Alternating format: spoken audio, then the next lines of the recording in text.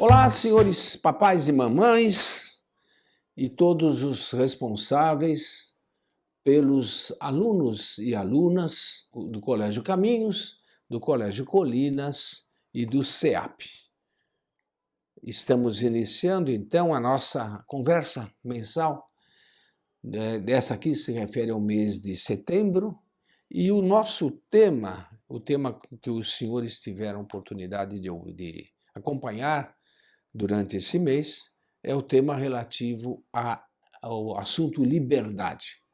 Como os senhores viram, não é um assunto muito fácil de tratar, de discutir, porque certas palavras muito importantes, como amor, por exemplo, como vida, ou como alegria, ou como liberdade, são palavras que têm uma multiplicidade de sentidos, de analogias muito grande.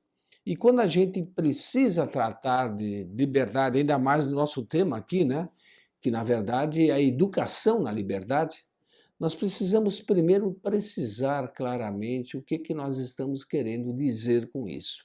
E confesso que é meio complicado precisar, então eu vou tentar, através de um ou dois exemplos, tentar precisar o termo para depois nós falarmos da educação na liberdade, da educação da liberdade na infância, na adolescência e qual é o nosso papel como pais, né, como educadores nessa educação. Vamos lá então. O pressuposto de uma autêntica educação personalizada, educação como os nossos colégios querem praticar, o pressuposto dessa educação é que as pessoas são livres. A educação, verdadeira educação de uma pessoa pressupõe a liberdade. Se não houver liberdade, se a pessoa não é livre, nós não podemos falar em educação, podemos falar em adestramento. Talvez em treino, ainda assim a palavra treino não cabe bem. Como se adestra um animalzinho, um animal, um cavalo, um cachorro? O cavalo e o cachorro não são livres porque eles não têm liberdade, eles têm instinto. Então, da mesma forma, podemos se falar em adestramento de crianças, mas educação mesmo, educação no sentido maior da expressão, isso não existe se nós não tivermos liberdade primeiro.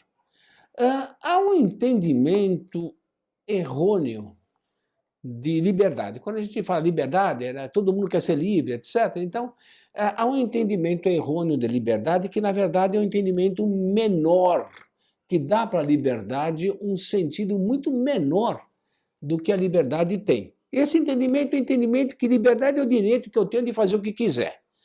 A pessoa é livre quando ela tem o direito de fazer o que quiser.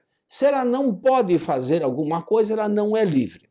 Essa ideia é errônea, porque pressupõe parte do princípio de que liberdade é alguma coisa que a pessoa faz. E, na verdade, liberdade é alguma coisa que a pessoa é. Está errado dizer, por exemplo, nós somos livres. Dá a impressão que é. É uma bobagem, mas não é. É muito maior do que isso, a liberdade. Dizer nós somos livres está nos limitando um pouquinho. Na verdade, nós somos liberdade. Tá? Eu vou chegar nesse conceito aos poucos. Vamos lá. Eu vou dar um exemplo assim muito claro, acho que num nível muito baixo, mas que nos ajuda a entender. Nós estamos aqui no Caminhos de Colinas, no CEAP, na Zona Sul de São Paulo. E vamos supor o seguinte, que eu esteja pensando em sair daqui agora de carro e me dirigir para um lugar. Eu ainda não decidi se eu vou para o litoral, vou para a cidade de Santos, por exemplo, ou se eu vou para o interior, vamos dizer, cidade de Campinas. Eu estou na dúvida entre decidir entre um e outro. Eu sou livre, eu posso escolher qualquer um dos dois destinos. E depois de pesar um pouquinho as consequências, o que eu vou fazer em Santos, o que eu vou fazer em Campinas, eu acabo decidindo, não, eu vou para Campinas. Veja bem, eu tomei uma decisão tendo em vista um fim. O fim é, agora, se coloca da seguinte maneira, eu vou para Campinas. Então, quando eu decido, quando eu assumo que o meu fim é Campinas, eu imediatamente cortei a possibilidade de ir para Santos, pelo menos ao mesmo tempo. Campinas fica uma direção e Santos fica na outra. Se eu decidir vou para Campinas, eu também decidi, implicitamente pelo menos, eu não vou para Santos. Então, os caminhos que me levam para Santos, eu cortei. Então alguém pode dizer, tá vendo? Você perdeu sua liberdade, porque antes você podia ir tanto para Santos quanto para Campinas. Agora que você escolheu um lugar, você perdeu sua liberdade, porque você não pode mais ir para os caminhos de Santos. É verdade, eu cortei, não posso mesmo. Né? Por quê? Mas isso significa que eu fiquei menos livre? Veja, muita gente acha que sim. E, na verdade, não, isso me tornou mais livre. Porque, tendo em vista um fim, uma finalidade, eu quero livremente ir para Campinas, eu imediatamente renunciei a todos os caminhos que não me levam para Campinas. E fiz isso livremente. Então, eu não perdi com isso, eu ganhei. Eu tenho agora uma decisão tomada, antes eu não tinha. Vamos dar um passo a mais e aplicar isso, aplicar essa ideia na vida humana. Temos um rapaz, uma menina, e ela está assim na adolescência, e ela começa a pensar, ele começa a pensar, bom, o que é que eu vou fazer da minha vida?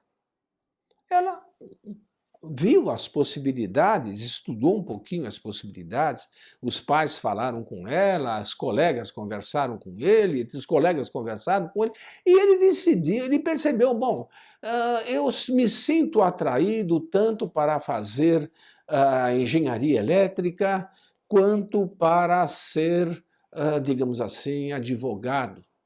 Né? Eu me sinto atraído tanto para adotar um estado de celibato, não vou me casar, ou adotar um estado de, não, eu vou me casar, vou constituir família. Veja, ele tem essas opções. Né? Ele está se examinando a respeito de qual dessas grandes decisões, agora não se trata de ir para Campinas ou ir para Campinas e para Santos, não se trata, portanto, de uma decisão pequena, não se trata com que roupa que eu vou sair, se eu vou sair de tênis ou de sandália. Agora a decisão que está dentro dele é uma decisão que está implícita nele, que ele precisa escolher. Agora é uma decisão de grande voo, trata-se de dirigir a própria vida para um estado ou para outro. Né? E ele então, depois de considerar, a menina depois de muito pensar, de muito pedir conselho, de conversar com outras pessoas, ela decide, eu vou estudar engenharia eletrônica, eu vou estudar, vou fazer engenharia e vou me casar. Entende? Veja, quando ela pensa isso, ela cortou as outras possibilidades. Porque a pessoa não pode casar e não casar ao mesmo tempo. Ela tem que escolher, ou casa ou não casa. Ela é livre. Mas ela, a partir do momento que escolheu, entende? Muita gente diz, agora ela não é mais livre. Não, ela continua sendo livre. Aliás, ela é mais livre. Porque ela, tendo em vista um fim, tendo em vista o fim da sua vida, ela fez uma escolha. Ela fez uma escolha.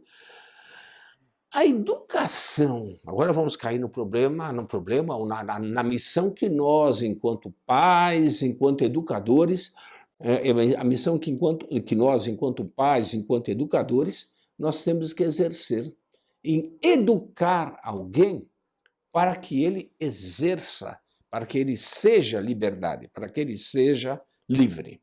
Então, vejam, a educação na liberdade corresponde a essa intenção de estimular alguém para que vá aperfeiçoando a capacidade de dirigir a própria vida. Veja, a pessoa precisa, aos poucos, a criança pequena, ela precisa, aos poucos, ser acostumada a tomar decisões. Decisões pequenas, se ela é uma criança pequena, decisões de pouca monta, mas decisões livres. Decisões em que o pai ou a mãe perguntam o que você acha que você deve fazer, isto ou aquilo, coisas que a criança tem a capacidade para decidir, e a criança, depois de pensar, depois de considerar aquilo num nível de maturidade próprio, capaz, compatível com a idade dela, ela decide, quero fazer isso. Então, isso se educa. Por quê? Porque, infelizmente, existem muitas formas de manipular a vontade de uma pessoa, quer seja criança, quer seja uma pessoa adulta. E se a pessoa é manipulada, ela não é mais livre. Se a pessoa se sente objeto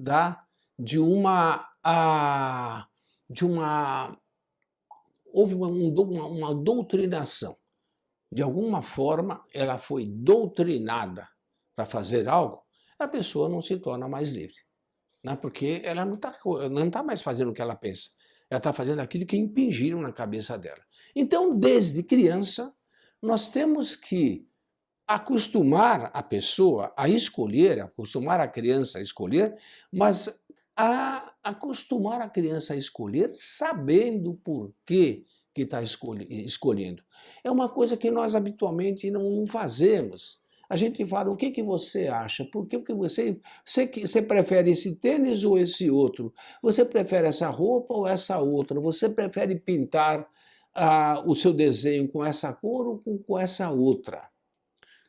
E nós paramos aí. Mas é uma fase mais importante que cimenta isso, que torna isso realmente efetivo, que é o seguinte: por que você quer isso? Nós temos que nos acostumar a perguntar para os nossos filhos, e perguntar para os nossos alunos: você tomou essa decisão? Beleza, muito bem. Você parou para pensar? Parei, então agora me explique por que você tomou essa decisão e não essa outra. A criança tem que se acostumar. Ela tem que se acostumar a dar razões. Nós temos que nos acostumar, quando damos uma ordem, quando fazemos um pedido para as crianças ou para os nossos alunos adolescentes, a dar a razão por quê. Não basta usar a autoridade. Não basta dizer, faça isso porque eu quero. Entende? Se a criança é muito pequena para entender a razão, tudo bem. Então eu digo, se você vai fazer isso porque o papai está pedindo para você fazer. Entende? E isso é uma razão. A criança não é capaz de entender que é uma razão, mas é. É uma razão, e aliás, é uma razão muito profunda. Mas na medida em que a criança for capaz de entender o argumento, deve se entender, papai está pedindo e papai está pedindo por causa disso. Entende? E aí, quando ele tomar de pequena ou grande ou média decisão dele, ele estará acostumado a dizer, papai, mamãe, eu escolhi isso por causa disso. Se a razão for errada, nós vamos pedir para tentar explicar para ele, ou explicar para ele, o erro da razão. Mas veja, mais importante do que a razão ser errada e certa, é que ele escolheu de acordo com uma razão. Não é assim. Ele não sabe escolher. Na verdade, ele foi levado pela moda, ou levado pela propaganda, ou levado pela influência de qualquer coisa. Se a criança escolhe usar um determinado tênis, porque ela gosta daquele modelo de tênis, ela está dando uma razão. Se a criança quer usar aquele tênis porque viu na televisão, ou viu em um vídeo, ou viu em algum lugar, uma pessoa usando, e ela, por influência daquela pessoa, daquela artista, daquele ator, ele usa o tênis também, ele não está dando razão. Ele está indo praticamente só na imitação. Se nós admitimos isso, se nós não alertamos a criança a respeito disso, nós achamos que ela escolheu. Mas, na verdade, ela não escolheu. Ela foi manipulada. E foi manipulada pela propaganda, pela moda, por qualquer outra coisa. Entenderam? Então, vejam, pedir para a criança, educar a criança na liberdade, significa pedir que a criança explique também como ela resolveu tal problema de matemática. Significa fazer uma prova, isso eu estou falando agora com meus colegas professores, significa fazer uma prova em que se pergunta para a criança não alguma coisa que ela decorou, mas se pergunta para a criança alguma coisa que ela é obrigada a explicar. Nem que a explicação seja muito pequena, nem que a explicação seja muito incompleta, ainda assim se pede a explicação, para que a criança se acostume com a ideia de que quando eu decido alguma coisa, eu devo justificar isso. E não é justificar para os outros só, nem principalmente.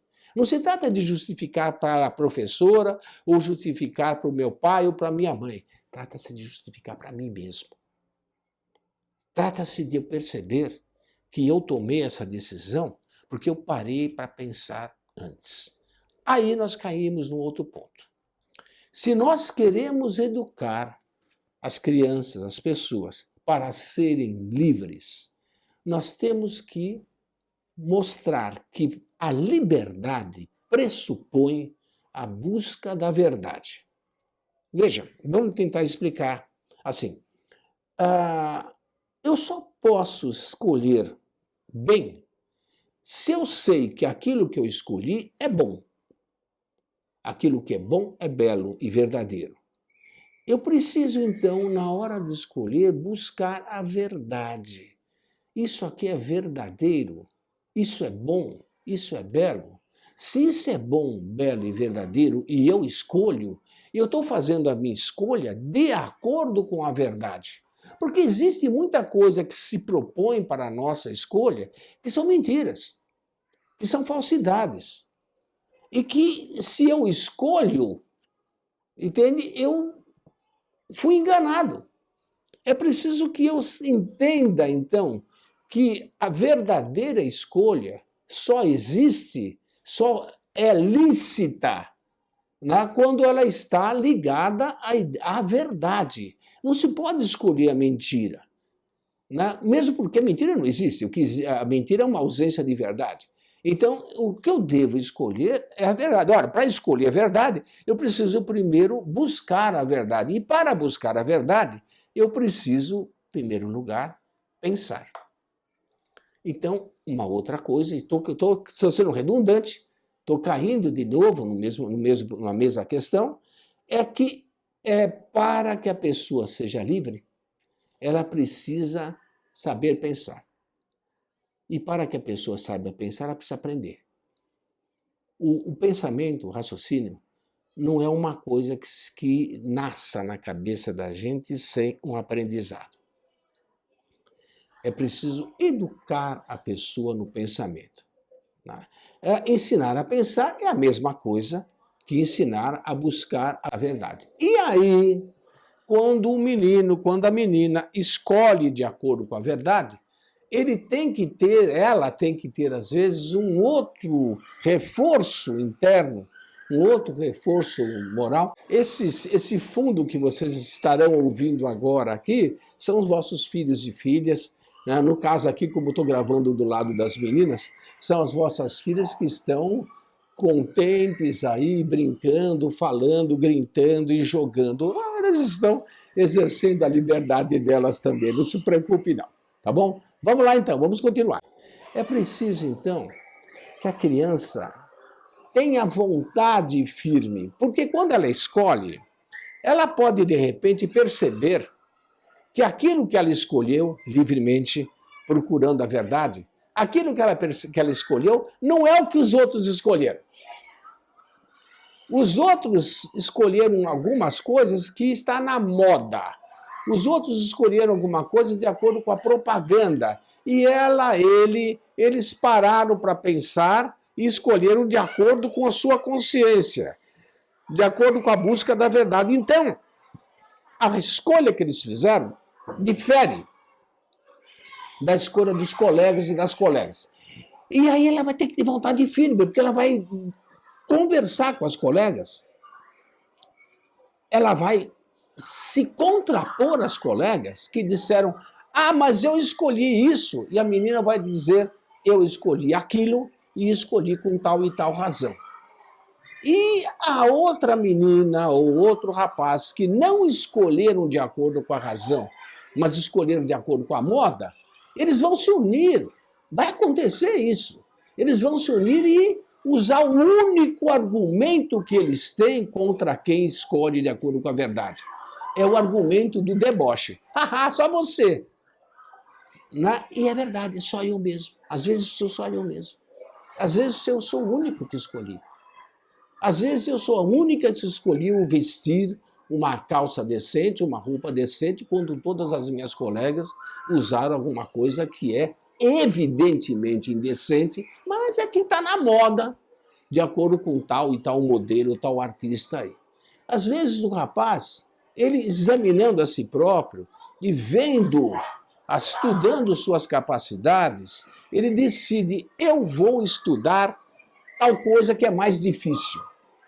Eu vou estudar tal coisa que exige mais de mim, mas eu acho que isso está de acordo comigo.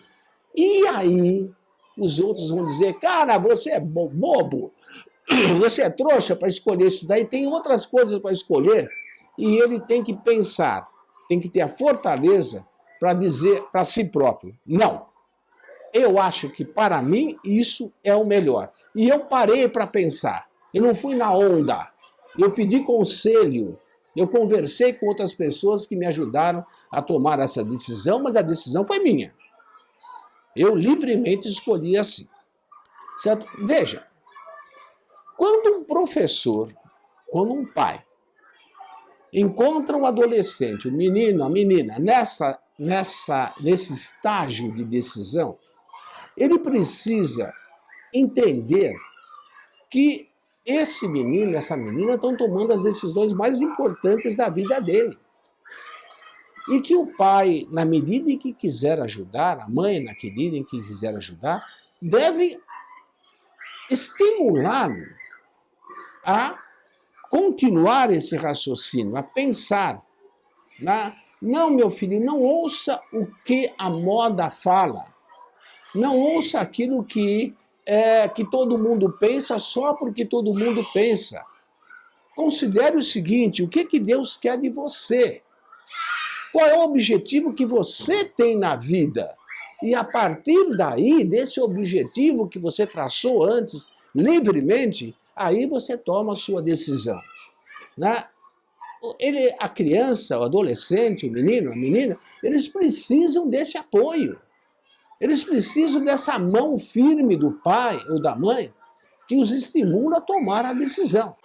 Alguma mãe preocupada, algum pai preocupado, perguntando: mas e se ele tomar uma decisão errada? Eu não acho que deva ser assim. Bom, vamos lá. Em primeiro lugar, quem está tomando a decisão é ele, não é você. Você está dando apoio, você está favorecendo, está ajudando, mas quem está tomando a decisão é ele. Coloque os argumentos, coloque as razões que você vê que talvez ele não tenha considerado.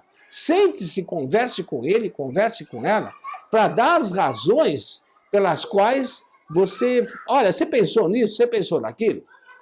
E se ela tranquilamente disser: não, pai, mãe, eu pensei e eu quero isso, deixe ele tomar a decisão. Apoie. E se ele quebrar a cara, como muitas vezes pode acontecer, mas não tem problema.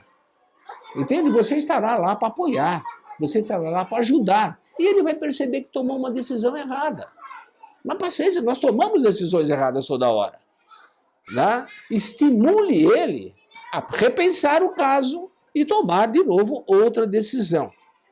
É preciso, então, que nós tenhamos uma espécie de crítica boa, sadia, autêntica a respeito dos meios de comunicação de massa, a respeito da internet, a respeito da influência manipuladora da mídia e das redes sociais. Atenção, as redes sociais existem, as redes sociais são boas, né?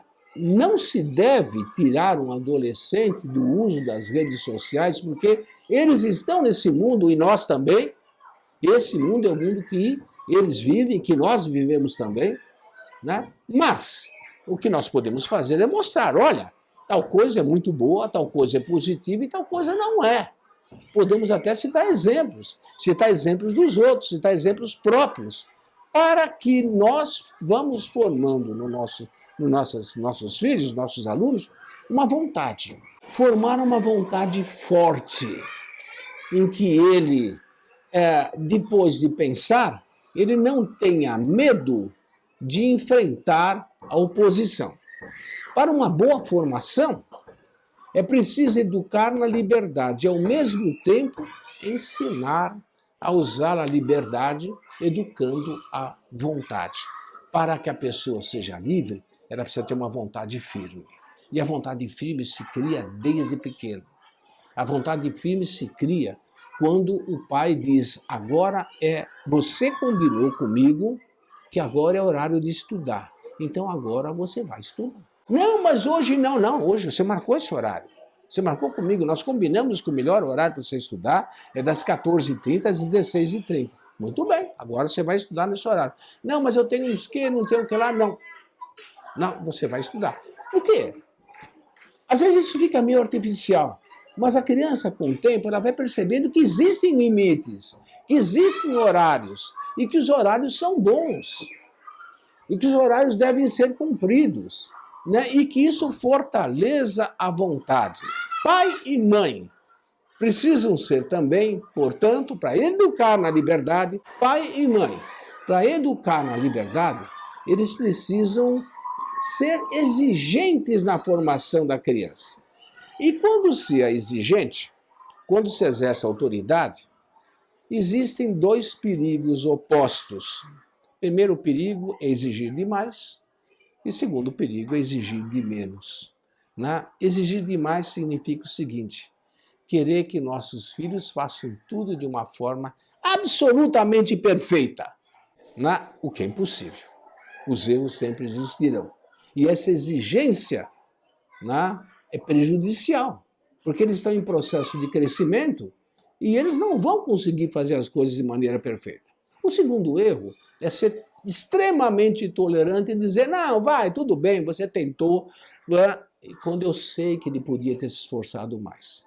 Então é preciso ter a sabedoria, nós como educadores, de exigir, mas sem exigir demais nem exigir de menos. Para quê?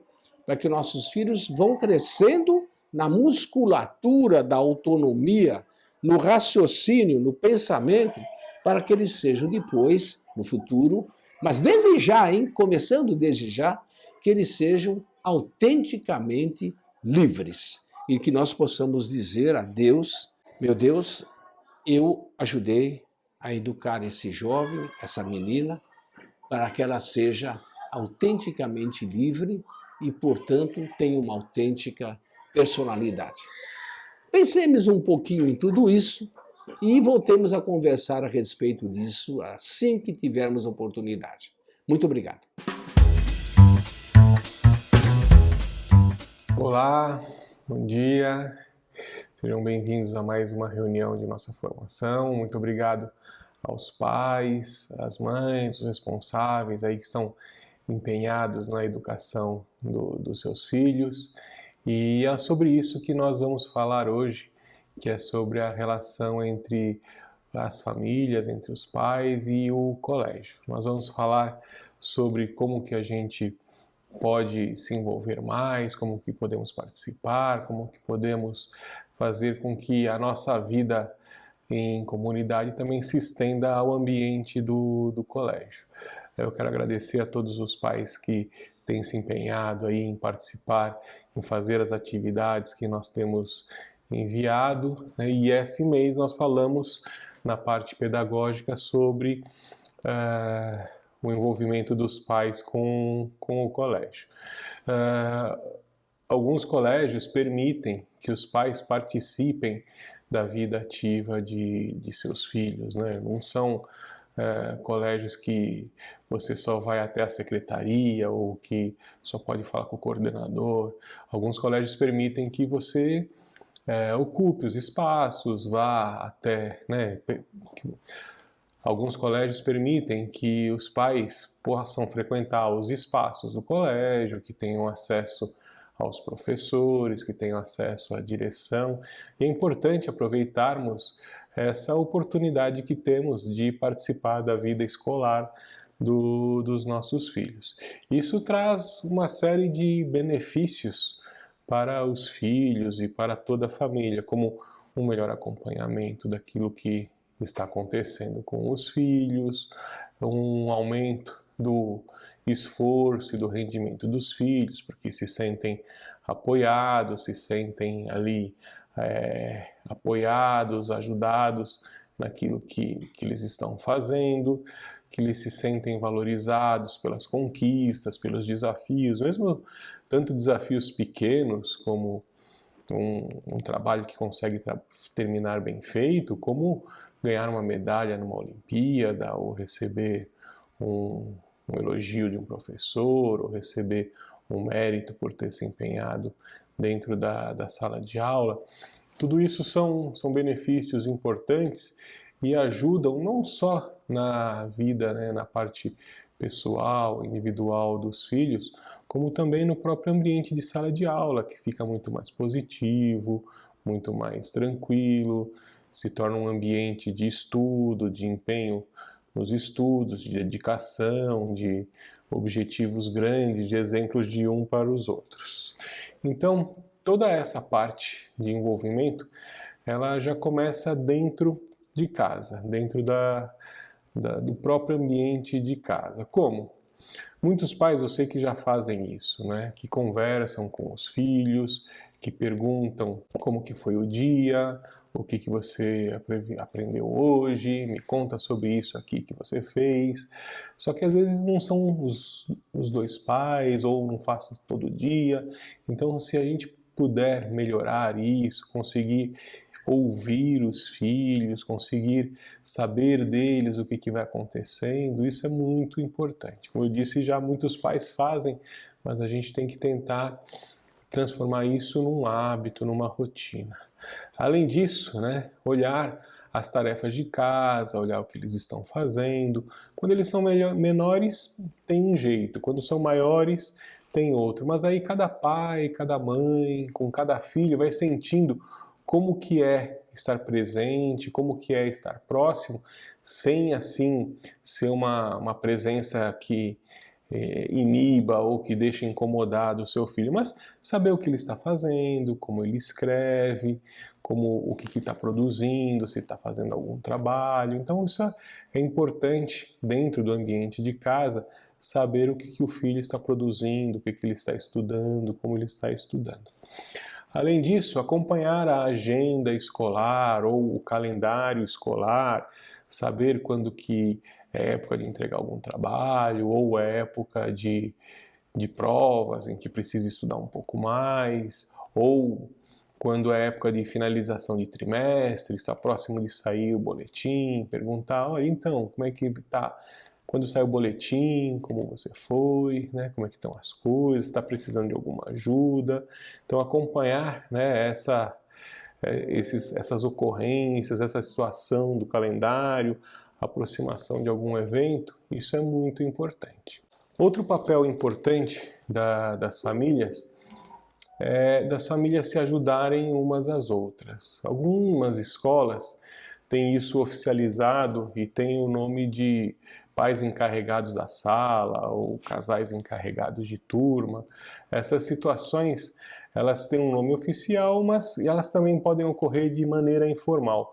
Alguns pais que têm um pouquinho mais de experiência ou já vivenciaram algumas coisas, podem ajudar os pais que estão chegando no colégio, com informações às vezes básicas de onde conseguir um transporte escolar daquela região onde ele mora, ou onde conseguir um uniforme que seja entregue mais rápido, ou com uma qualidade, um corte diferenciado, porque tem um filho que precisa de uma medida diferente. Então, ajudar essas famílias, falar como consegue o contato com o colégio, quais são os canais que são mais rápidos, quais são os de direto com os professores. Então, esse tipo de dica e esse tipo de ajuda ajuda as famílias e ajuda também os alunos dentro das próprias rotinas deles. Então, além disso, né, dessas dicas que eu estava falando, alguns pais, em alguns momentos, têm algumas dificuldades, como, olha, meu filho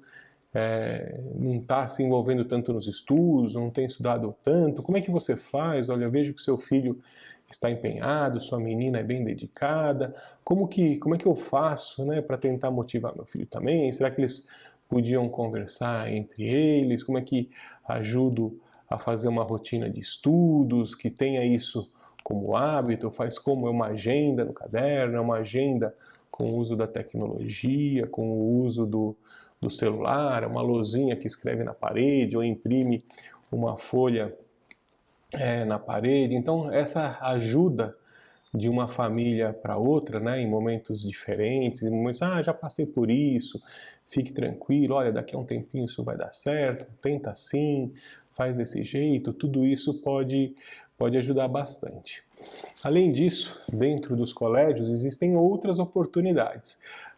Por exemplo, quando os alunos muito pequenos estão aprendendo sobre profissões, ou quando os maiores estão estudando sobre algum tipo de situação diferenciada, os pais podem trazer a experiência profissional deles para dentro do colégio. Então, eu já tive situações de pais bombeiros que vieram dar palestra sobre segurança, pais policiais que vieram falar sobre o cotidiano, sobre como que é andar na rua, se cuidar, situações de mais velhos de estarem aprendendo sobre o corpo humano, aprendendo sobre o sistema linfático, e tem um pai que trabalha, uma mãe que trabalha, né, na área hospitalar e vem explicar como que isso funciona. Então, vindo da parte dos pais, isso tem um peso diferenciado e é uma participação dos pais dentro do colégio. Eu tive uma oportunidade até que um pai era um médico, né, que ele veio falar sobre os rins, sobre como funcionavam, né,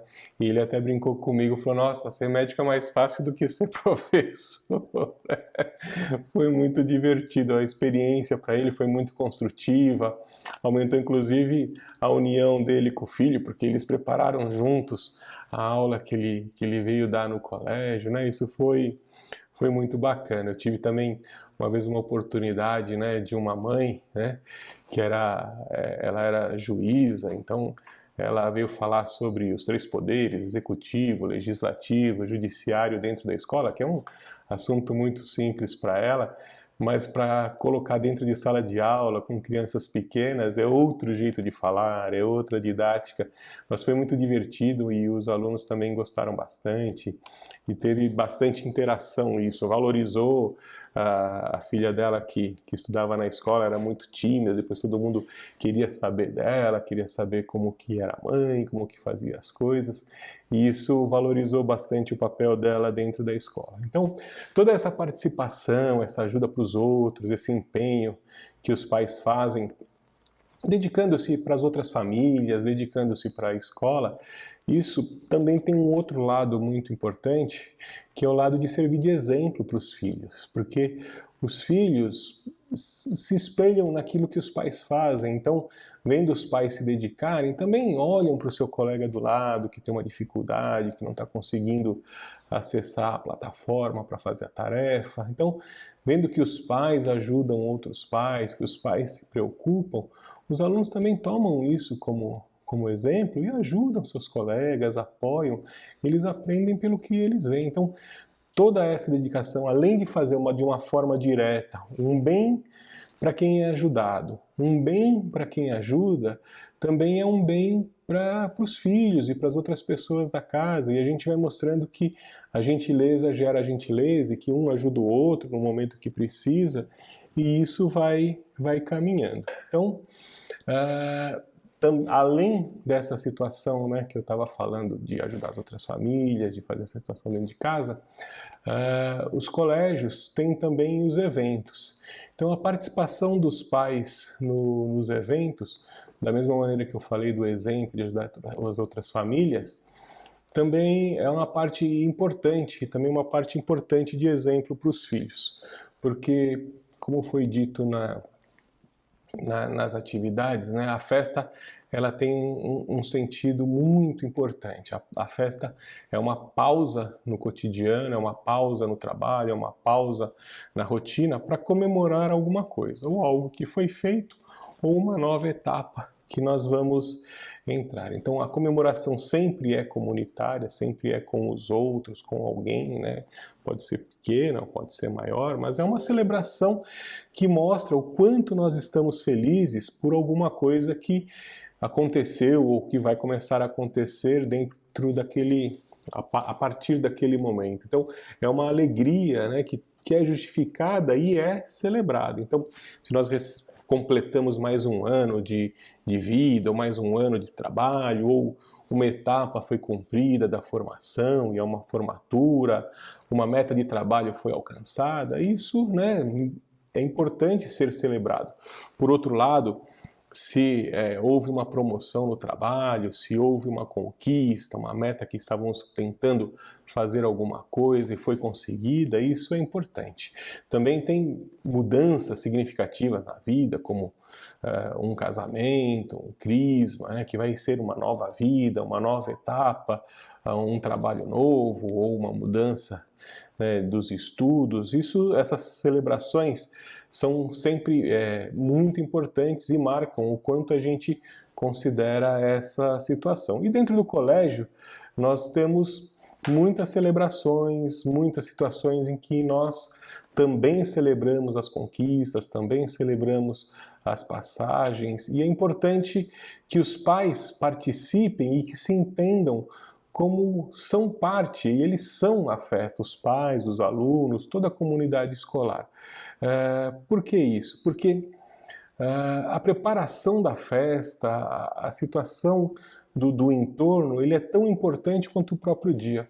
Eu aprendi isso, né, de uma maneira muito prática, vivenciando da minha esposa a preparação que ela fazia para uma celebraçãozinha simples que a gente fazia de aniversário de um filho, mas coisas simples que ela podia ir na padaria e comprar um docinho ali e trazer, mas ela queria fazer o docinho, e aí participávamos todos de enrolar brigadeiro, de melecar a mão, de lambuzar um com o outro, e também, assim, a situação de ter um carinho naquilo que se faz, de ter um cuidado de ser esse papelzinho e não ser aquele, da gente carregar as coisas para cá, para lá, muda a mesa, faz força, cada um com os seus talentos dentro da família e dentro da comunidade, ir se ajudando e ir participando disso. Então, toda essa preparação, ela também, né, faz parte dessa celebração. E o dia, claro, tem a festa, tem a alegria, mas a alegria já foi vivenciada e, de novo, ela serve como exemplo do carinho, da dedicação, do esforço, do cuidado pelos outros, do cuidado da importância daquela celebração que está sendo feita, daquele aniversário. Então, a gente participar, né, das atividades do colégio, nós vamos ter formaturas, eventos de entrega de medalhas para alunos, para pais, por conta de estudos que eles fazem, festa junina, celebração de Dia dos Pais, Dia das Mães. Todos esses eventos são muito importantes e a preparação e o compartilhamento dessa preparação também é muito importante.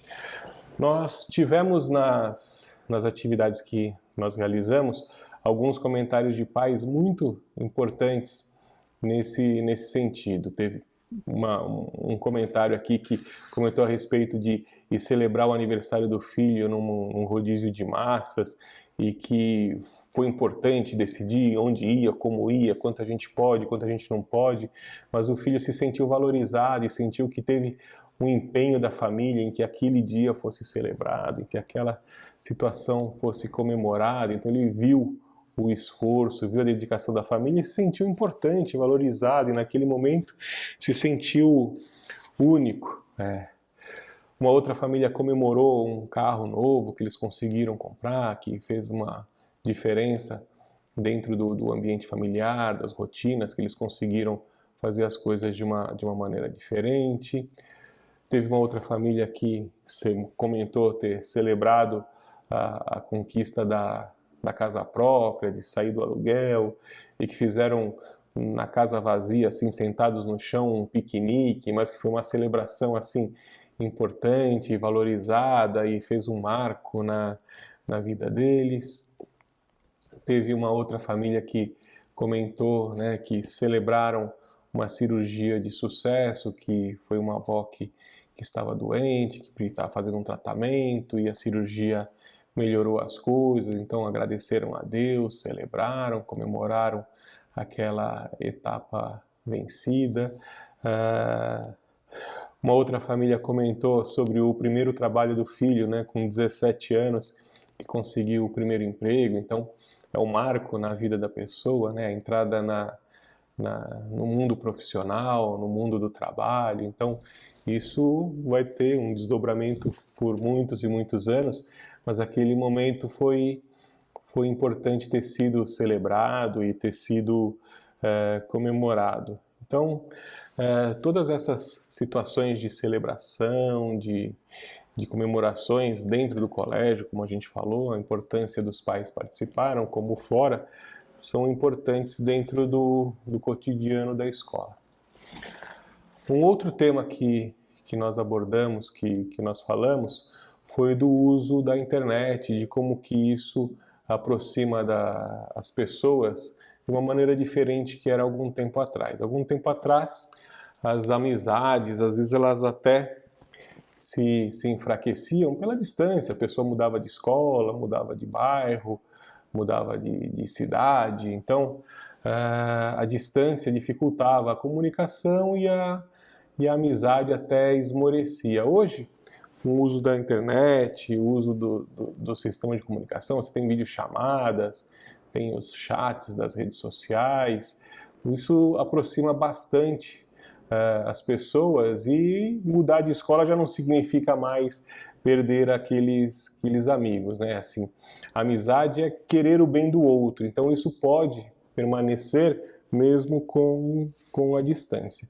E no colégio, as famílias querem o bem de outras famílias.